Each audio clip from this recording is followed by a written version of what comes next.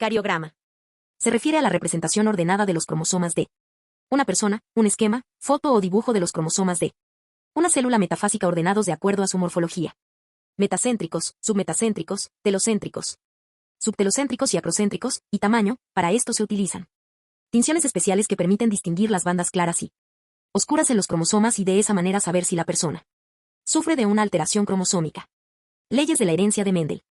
Gregorio Johann Mendel, 1822 a 1884, monje y naturalista de origen austríaco, hizo cruces con guisantes, llamadas en nuestro medio arvejas, Pisum sativum L, y producto de su análisis cuantitativo sentó las reglas básicas de la genética moderna.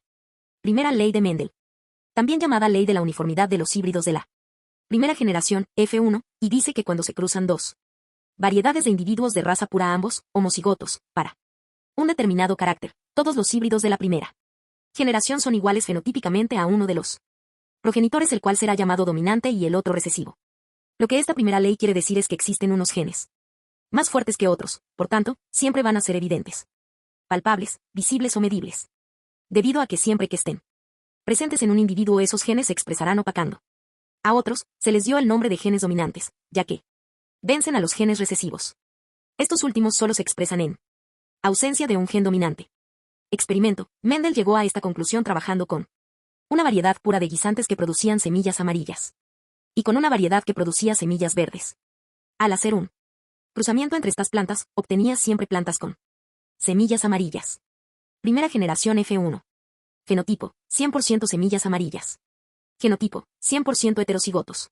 Interpretación del experimento. El polen de la planta progenitora aporta a la descendencia un alelo para el color de la semilla, y el óvulo de la otra planta progenitora aporta el otro alelo. Para el color de la semilla, de los dos alelos, solamente se manifiesta aquel que es dominante, A, mientras que el recesivo A permanece oculto. 2 de abril de 10 Segunda ley de Mendel. Llamada también ley de la segregación o separación o disyunción de los alelos. Experimento. Mendel tomó plantas procedentes de las semillas de la primera generación, F1, del experimento anterior y las polinizó entre sí. Del cruce obtuvo semillas amarillas y verdes en la proporción de 3 amarillas y un verde. Así pues, aunque el alelo que determina la coloración verde de las semillas parecía haber desaparecido en la primera generación filial, vuelve a manifestarse en esta segunda generación. Segunda generación F2. Fenotipo, 75% semillas amarillas y 25% semillas verdes. Genotipo, 25% homocigoto dominante, 50% heterocigoto. 25% homocigoto recesivo. Interpretación del experimento. Los dos alelos distintos para él. Color de la semilla, presentes en los individuos de la primera generación filial, no se han mezclado ni han desaparecido. Simplemente ocurría que se manifestaba solo uno de los dos.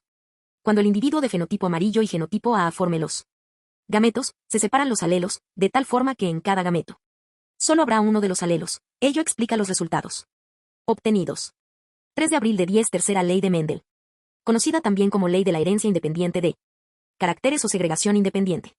Hace referencia al caso de que se contemplen dos caracteres distintos. Cada uno de ellos se transmite siguiendo las leyes anteriores con independencia de la presencia del otro carácter. Experimento. Mendel cruzó plantas de guisantes de semilla amarilla y lisa con plantas de semilla verde y rugosa, homocigóticas ambas para los dos caracteres. Las semillas obtenidas en este cruzamiento eran todas amarillas y lisas, cumpliéndose así la primera ley para cada uno de los caracteres considerados, y revelándonos también que los alelos dominantes para esos caracteres son los que determinan el color amarillo y la forma lisa. Las plantas obtenidas y que constituyen la F1 son dihíbridos. ABB. Estas plantas de la F1 se cruzan entre sí, teniendo en cuenta los gametos que formarán cada una de las plantas. Se aprecia que los alelos de los distintos genes se transmiten con independencia unos de otros, ya que en la segunda generación filial F2 aparecen guisantes amarillos rugosos y otros son verdes y lisos, combinaciones que no se habían dado en la generación parental, P, ni en la filial primera, F1. Asimismo, los resultados obtenidos para cada uno de los caracteres considerados por separado, responden a la segunda ley. Segunda generación F2, fenotípicamente tenemos 9 amarillos, lisos. 3 amarillos, rugosos. 3 verdes, lisos. 1 verde, rugoso.